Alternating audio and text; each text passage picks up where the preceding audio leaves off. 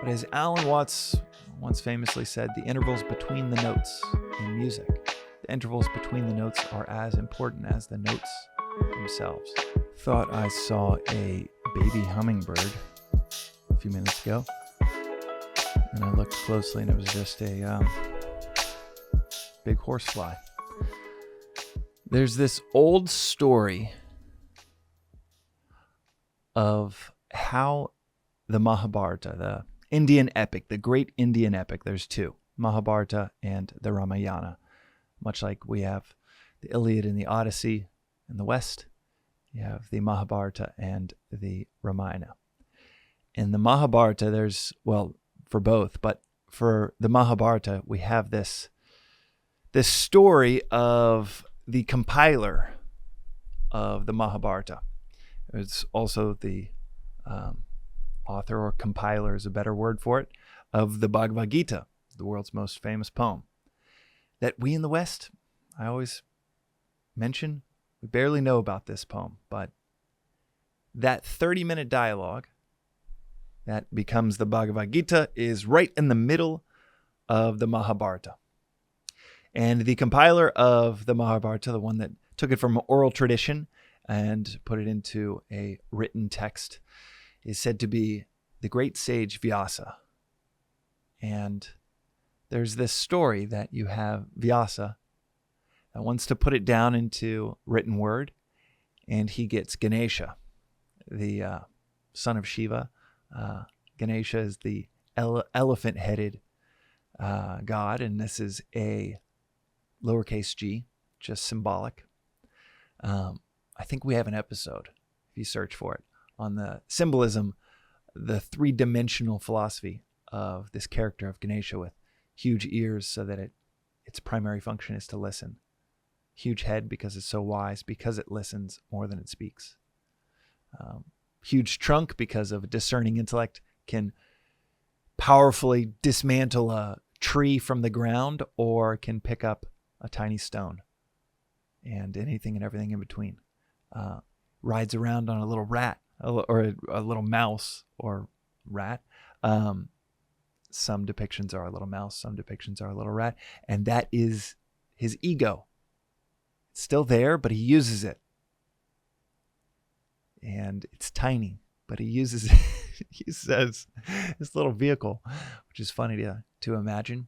Tiny little mouse carrying this massive half elephant, half human around, but very wise, and is seen as the symbol of overcoming obstacles, as well as the symbol of powerful intellect. The story goes, Vyasa wants Ganesha, someone really wise, to write down his words as he just recites the whole Mahabharata, which is 100,000 or 300,000 verses, something outrageous. So I think 100,000 verses. So we're going to look it up because I think it might be 300. How many verses is the Mahabharata?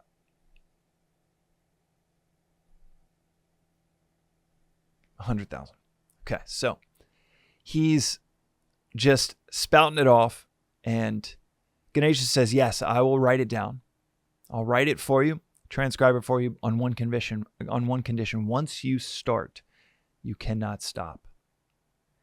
And as the story goes, Vyasa thinks about this, and he's like, okay, I can't stop. 100,000 verses. Can't stop. He says, okay, let me give you a counter to that. And it is, I won't stop, but you can only write down what I'm saying if you understand it. And this was the compromise, because Vyasa knew that there were going to be parts of, especially the Gita, the philosophical portion of the Mahabharata, that are so topsy-turvy, so paradoxical, saying one thing, then the next sentence saying the opposite. And Ganesha had to think about, how does this make sense? And take a pause before he could write it down. That touches on the fact that any transformative skill, transformative knowledge, transformative experience is transformative because the person you were before reading that transformational, not informational, not confirmational, but transformational text. The person that you were before reading that transformational text is not the same person after being transformed by it. The transformation, though, doesn't come from reading it. You could read anything and be untouched by it because there was no transformation, no reflection, no deep reflection on what was being read, what you hear, an experience that you don't have any integration or reflection around. But with that reflection, it becomes transformational. And a lot of the things that last over 1,000 years, those last because they are so valuable in their transformational power. Anyone can write a story that's confirmational, and anyone can write something that's informational, and it has some value for a limited time. We check social media. We check the daily news because it's informational. But it's not going to transform us. I mentioned this in the podcast before, that it's actually rare today that we pick up something because it's going to transform us, because the purpose of reading it, spending time with it, is for it to transform us. We're so busy just grabbing what confirms what we already believe. Humans are publishing more each day than we ever did until the 19th century. Every single day with what's being written online and published. Tens of thousands of books being published every single day. Every day, we're creating more and more content that confirms, comforts us with the beliefs that we already have. There's so much online, so many shows on TV, so many movies that make us feel good because they require no transformation. They fit in the model perfectly, hand in glove, that we already have in our heads. But as Alan Watts once famously said, the intervals between the notes in music, the intervals between the notes are as important as the notes themselves.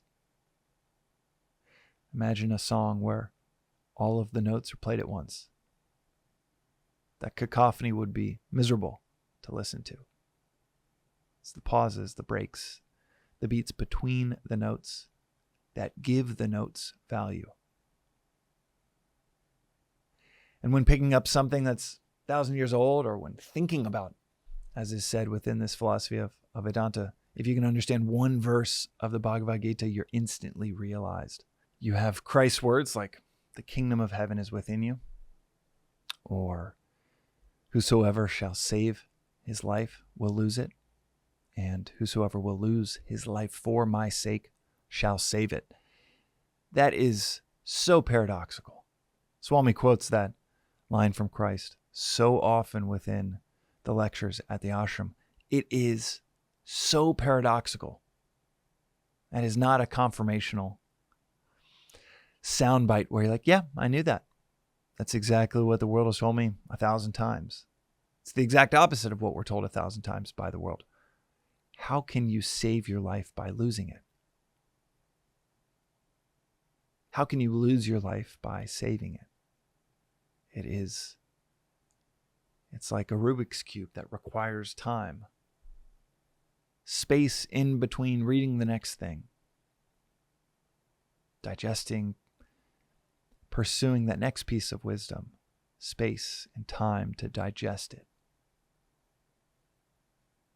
20% of our time, according to Swami, 20% of our time should be spent accumulating more knowledge. Even knowledge of the highest order, the knowledge of the self. 20% of our time on accumulation. 80% of our time on reflection. As is said within this tradition of Vedanta, reflection is 100,000 times more powerful than listening. It's not twice as powerful. It's not 10 times as powerful, 100,000 times as powerful. The space between the notes within a transformational philosophy, that space to reflect and untie these knots of paradox, that as you untie it, you almost can't believe you didn't see it before. Like a line in the Gita in chapter 18. One of my favorite principles from the Gita, chapter 18, that which is like nectar in the beginning is like poison in the end. That which is like poison in the beginning is like nectar in the end.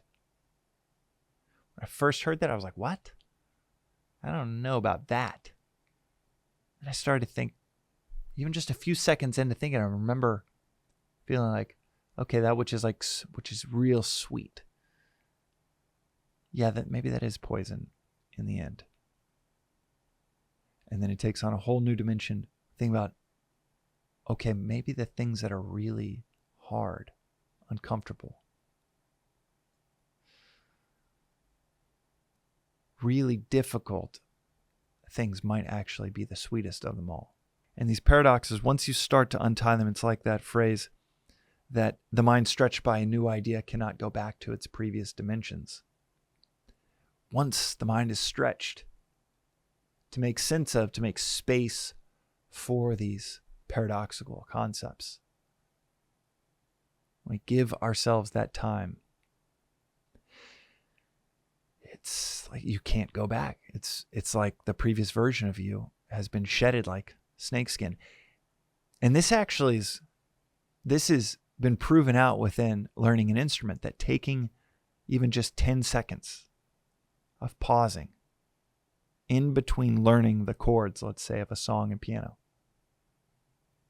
that the brain starts to work twice as fast as it does when you are actually playing the instrument, to process and make sense of, even if you're just pausing for 10 seconds, looking around the room.